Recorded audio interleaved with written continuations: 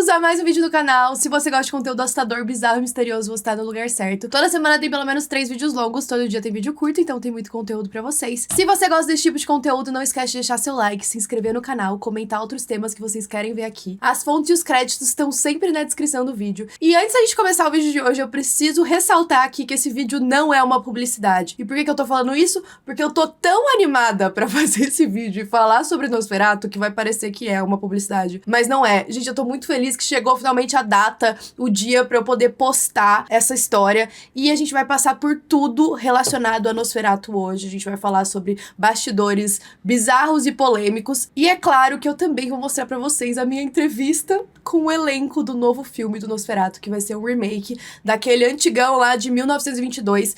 E assim, gente, essa entrevista, juro, foi uma das melhores entrevistas que eu já fiz. E aí vocês devem pensar, ai, tá bom, todas as entrevistas que ela faz, ela fala que é a melhor, não sei o quê. Gente, enfim, primeiro, eu falo isso mesmo porque eu amo muito meu trabalho, eu amo todas as entrevistas que eu faço e todos os títulos que eu faço em entrevista sempre são muito bons, pelo menos eu acho.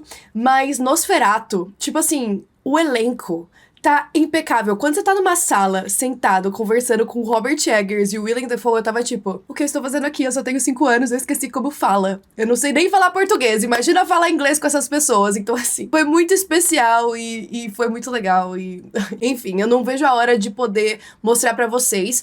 Eu sei que não é todo mundo que curte assistir entrevista e tal, e eu vou tá colocando aqui na própria linha do tempo do vídeo, vocês vão conseguir ver aonde tá sobre o filme antigo, sobre o filme novo, onde tá a entrevista. Então vocês podem selecionar também o que vocês querem mais assistir, mas eu espero de verdade que vocês assistam o vídeo completo porque, ai, tô muito animada. Enfim, sem mais enrolação, bora pra história de hoje.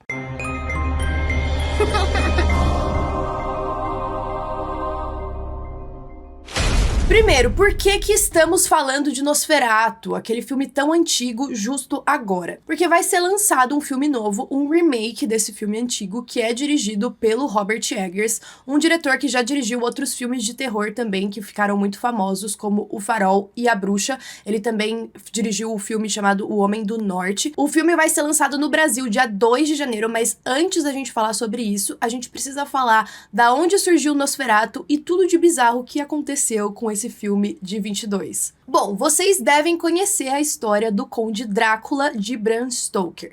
Era uma história muito famosa de vampiro. É até hoje, claro. E aí, por volta da Primeira Guerra Mundial, um produtor e designer alemão chamado Albin Gall, ele serviu na Primeira Guerra e ouviu muitas histórias e lendas sobre vampiros. E aí ele falou, eu gostei muito dessas histórias, a gente deveria fazer um filme sobre isso. Ele fundou uma produtora de cinema chamada Prana Filme, e aí ele contratou um roteirista e um diretor pra colocar esse projeto de um filme de vampiro em prática. O diretor que ele contratou era um diretor alemão chamado F.W. Murnau. E aí, quando eles estavam com um roteiro próprio pra gravar, o filme não foi autorizado, porque foi considerado uma cópia do Drácula. O Bram Stoker, que foi o autor do livro Drácula, já tinha falecido, mas todos os direitos da história dele ficaram com a família. E aí eles negaram essa adaptação do Drácula pro cinema. Só que o Murnau falou assim, quer saber? Vamos mudar um pouquinho a história, vamos fazer esse filme sim.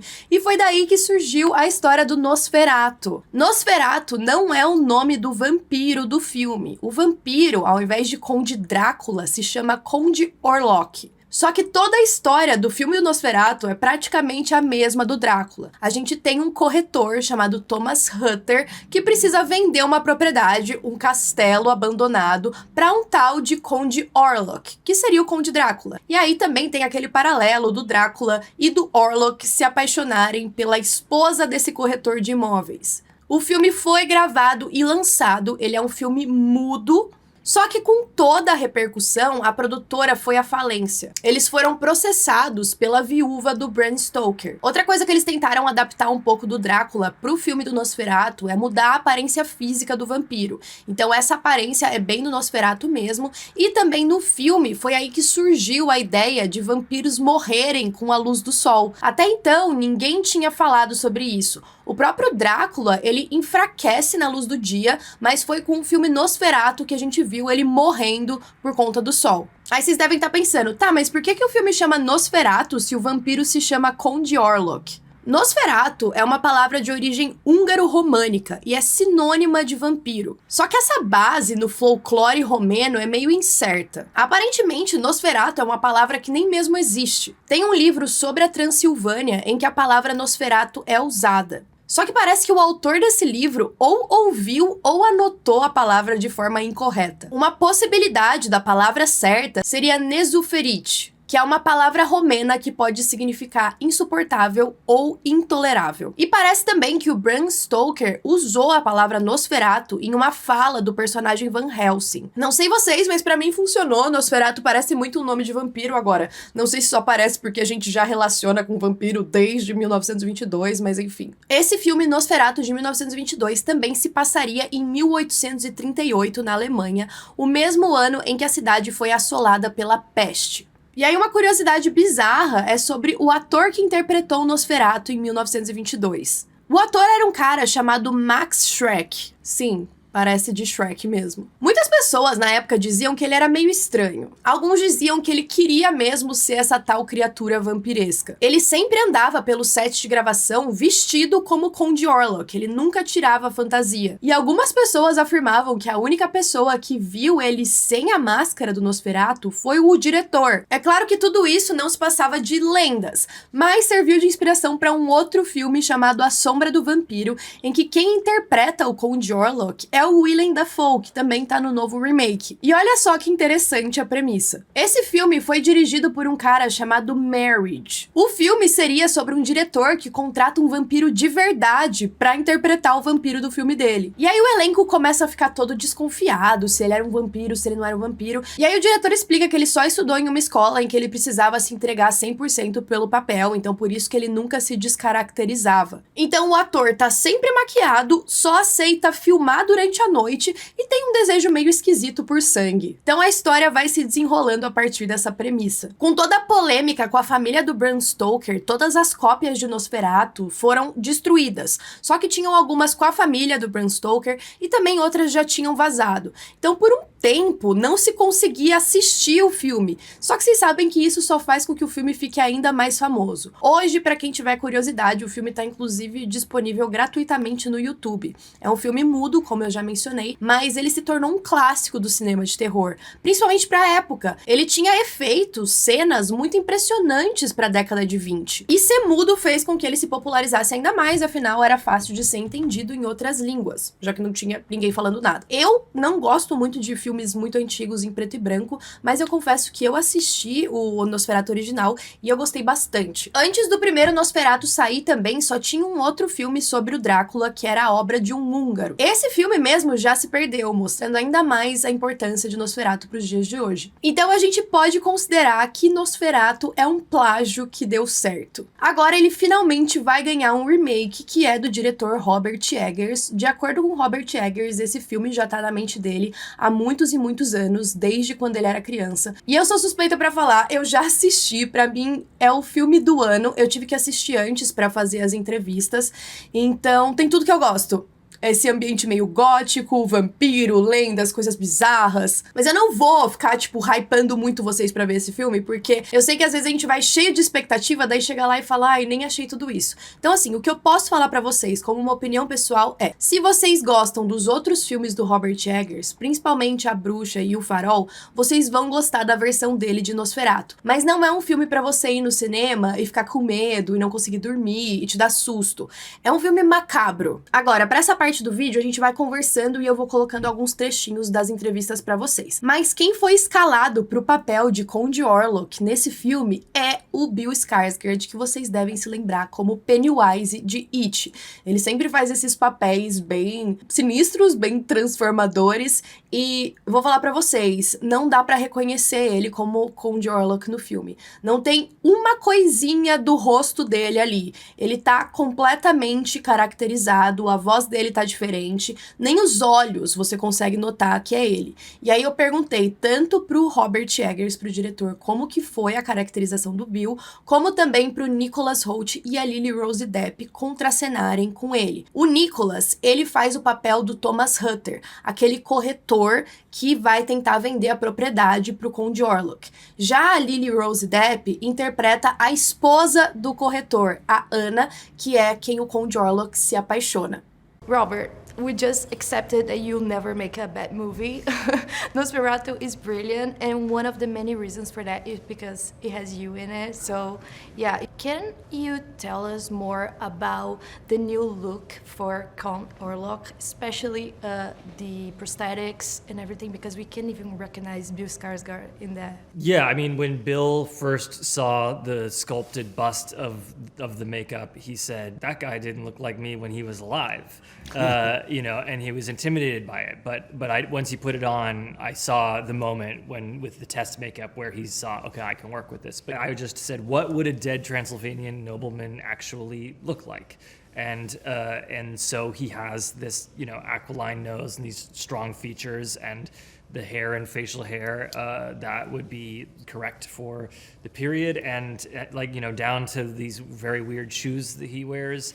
But it was 6 hours of prosthetic makeup to transform Bill into a dead 16th century nobleman. I'm really curious about how was it for you seeing Count Orlok for the first time, like acting with him? I think the first interaction or sense we got of what Bill was doing with the character was we heard a recording that Rob had whilst we were doing rehearsals.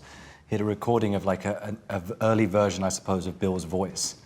And it was terrifying. He played it to us on his phone, but it kind of filled the room and was very ominous and unique. Actually seeing him for the first time and acting with, every aspect of the character that they had created physically was incredibly impressive. And incredibly scary. It's not just any old scene partner. It's intense for sure. Also, like the set was very atmospheric when I got to do my first scene with Bill, and it was very dimly lit. It was kind of lit only by candles, so you couldn't fully make out everything. Bill still, but he was physically imposing. Bill's tall, and then he had this big costume on, this count kind of. You sit there and you're kind of like, oh. I know Bill's in there, but I don't get any sense of him. And then you kind of like, it does make you feel kind of, pathetic and scared. And I was like, oh no. Eu achei que a interpretação do Bill Skarsgård está impecável, mas a atriz que eu mais gostei nesse filme e que entregou tudo foi a Lily Rose Depp, com certeza o melhor papel da vida dela. E ela tem que fazer uns movimentos, umas cenas assim, como se fosse algo sobrenatural, como se ela tivesse possuída. E aí eu perguntei pra ela como que foi treinar pra fazer esses movimentos, porque pra mim não é humanamente possível você conseguir fazer aquilo. E foi isso que ela me disse. Of course, there were a lot of difficult scenes, but for you, which one was like the most challenging one? Every aspect of the set was like so immersive, so like quickly I got like very into the zone of it. I remember your first day on set. When you had to do that, where it's us and you're talking about the visions Ellen has and stuff. Yeah. I remember it so clearly because I was listening and watching you, obviously, in the scene, and then I remember Rob walking up after me, and we were both just like, she's incredible. And also, Lily, sometimes you contort your body in ways that doesn't even seem human. Oh, so thanks. How did you prepare for those movements? How was that? So we had an amazing movement coach named Maria Gabrielle Roti. She was, I really couldn't have done this without her because she helped me so much, do all of the the physical aspects of the performance, but also like really nourish each of those moments with a lot of like intention and storytelling, and why are we moving this way and not this way, and those movements themselves were rooted in so much history. Like I know that she and Rob talked a lot about like old kind of accounts of like hysteria and what that would look like in a person. Outra coisa muito marcante no universo de Nosferatu são os ratos. A gente já tem isso no primeiro filme, afinal, a cidade está passando por essa peste. Então tem rato pra todo lado, tem doença pra todo lado. E em uma das cenas do novo Nosferatu, eles usaram mais de 5.000 ratos. Então eu perguntei pro diretor e pro Willem Dafoe como que foi atuar e dirigir uma cena dessas. Também tem uma cena em que Emma Corrin tem que contracenar com esses ratos. E aí todo mundo me contou um pouquinho da experiência. And I'm just gonna go straight to that question because Emma, the rat scene. Oh, yeah. Can you walk us through that? How was that for you? Yeah, it wasn't great. It wasn't great.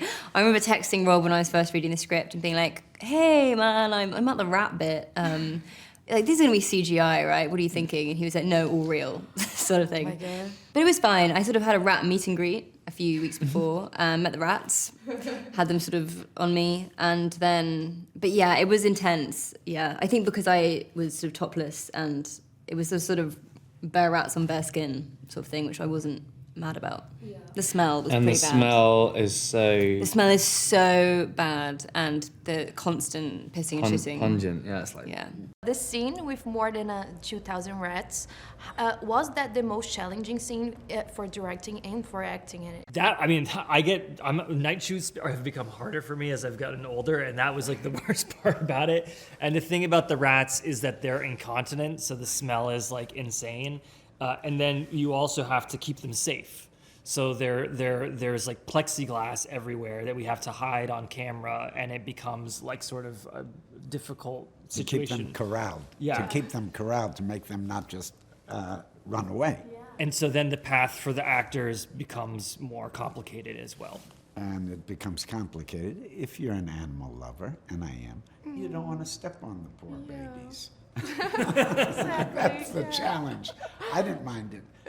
It was actually fun. Agora, falando em Emma e o Aaron Taylor-Johnson são um casal que não é muito desenvolvido no primeiro filme. Eles aparecem ali, mas a gente não vê muito sobre eles. Então a história desse casal foi desenvolvida agora no remake, e eles me contaram um pouquinho como que foi desenvolver esses novos personagens. And Aaron, I saw one of your interviews that you said that you don't actually watch horror movies. yeah, no, I don't. Yeah. So how was it for you being in one now? Yeah, and I felt like a character that I felt like I could kind of relate to as a sort of as a parent who's trying to hold the family together whilst this thing sweeps the city. Your characters weren't as developed as they are now in the original. Right. So how was your research to find the right tone for them? The original, there's I think there's a nod to a ship merchant, but he doesn't say anything. Well, it's silent, maybe so. But there's nothing really for the character. But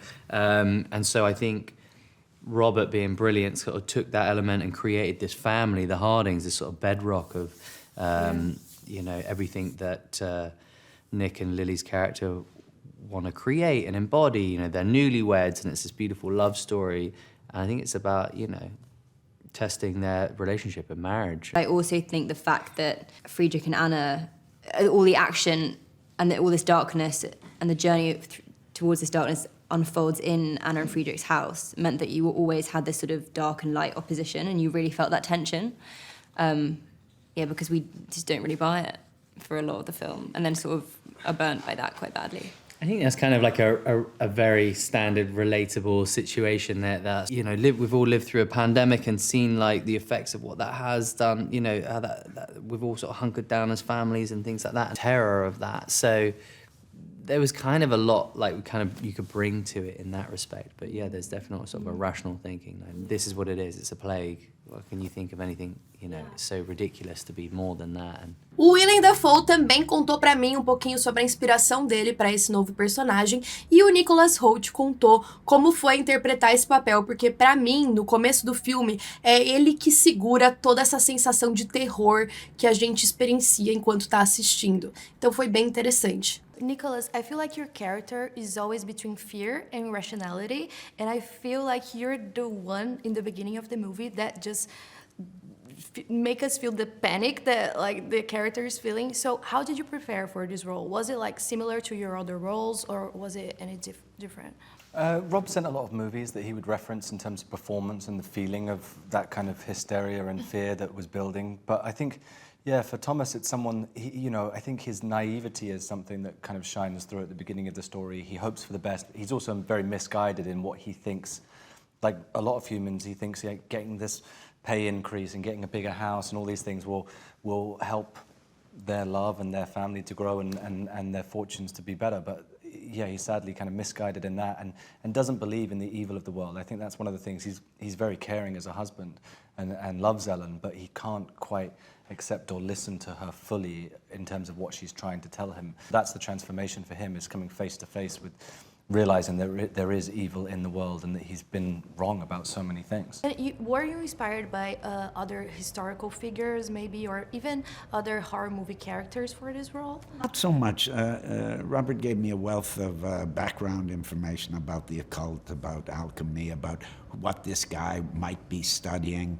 And then also you take a lot of inspiration, and it kind of centers you to when you're in these beautiful sets and you get these beautiful props. They all tell you who this person is, because they're all there for a reason and they all have a sense of place. So that's what you start with. So that's the condition for the pretending. And for me, I just had a lot to work with. Eu tive que tirar alguns trechos da entrevista porque tinham alguns spoilers, mas eu fiquei até triste de tirar porque foi extremamente interessante conversar com todos eles. Eu queria ter mais tempo de entrevista pra gente poder aprofundar ainda mais no assunto. Eu não sei se vocês sabem, mas normalmente essas entrevistas a gente tem 5 minutinhos por sala. E ainda sendo 2 pessoas por sala, é difícil você pensar nas melhores perguntas pra dar tempo de responder e ter um conteúdo legal. Mas foi uma experiência incrível. Ah, por sinal, algo que eu fiquei muito feliz foi do Robert Eggers falando uma coisa que eu acredito muito em filmes de terror e que eu acho que vocês vão concordar comigo. Pra mim, você tem que mostrar a entidade, ou monstro, ou ser sobrenatural que tem ali, só o suficiente pra depois o público preencher com a própria imaginação, porque eu acredito que o que você não vê é muito mais assustador do que o que você tá vendo. I have one last question. Robert, in The Witch and the Lighthouse, you always work with invisible and psychological threats, but now in Nosferatu, you have this supernatural being. So how do you balance this? It was intimidating for me to have something that a creature that I knew was going to be a creature and have prosthetics and I was very paranoid about the end of the movie because everywhere else Orlok is kept in shadow. So I'm able to kind of keep an approach that I like, where you just see enough of, you know, the monster to let your imagination finish the job for you. So we did a lot of tests for the end of the film to figure out something that worked, and it was very intimidating. Yeah. Eu tenho algumas ressalvas com relação ao vampiro, mas eu não quero falar sobre isso agora. Eu vou esperar o filme lançar. De repente a gente vem aqui falar sobre ele de novo, porque tem muita coisa pra falar sobre. Quando eu fui assistir o filme, eu tava com a Aline, que ela tava lá também pra fazer as entrevistas, e eu lembro que a gente saiu da sala e eu tava tipo, eu preciso absorver, eu preciso de um tempo pra entender se eu gostei, se eu não gostei, o que eu achei. E aí quanto mais tempo passava, mais eu ia gostando do filme, pensando nas referências. Então, eu amei muito, mas eu peço pra vocês irem com a mente aberta, não pensar que, nossa, vai ser o melhor filme do ano. Vão ali com a expectativa normal, porque eu acho que é a melhor forma de assistir um filme. Nem sempre as pessoas têm gostos parecidos, mas eu também acho que vai ser um filme que as pessoas ou vão amar ou vão odiar. Assim como foi A Bruxa, do Robert Eggers. Porque eu amo, mas eu sei que tem muita gente que odeia e fala, meu Deus, que filme ruim. Então, é isso que eu tô esperando pro Nosferatu, mas também não quero ficar falando muito, porque eu só vou ficar elogiando aqui e não dá. Por fim, queria dizer que eu acredito que, pelo menos pra algumas coisas, Nosferatu vai ser indicado ao Oscar. Inclusive, tem a minha torcida. O filme vai estrear dia 2 de janeiro nos cinemas aqui no Brasil, mas lá fora estreia bem no Natal, no dia 25 de dezembro. Então eu queria deixar aqui, por fim, todo o meu agradecimento à Universal Pictures, em primeiro lugar, por ter me convidado para fazer uma entrevista tão especial, porque pra mim, me levar para entrevistar essas pessoas tem que confiar muito, porque eu tava tipo, meu Deus, um grande surto. Mas também quero agradecer vocês que assistem, que estão aí, que estão comentando, que veem os vídeos até o final, que me apoiam em todos os novos projetos, porque acho que vocês conseguem ver por esse vídeo o quanto eu fico feliz de poder fazer essas coisas. Eu gosto muito. Enfim, e eu só tô fazendo porque vocês estão aí assistindo. Então, muito obrigada. Espero que vocês tenham gostado e até a próxima.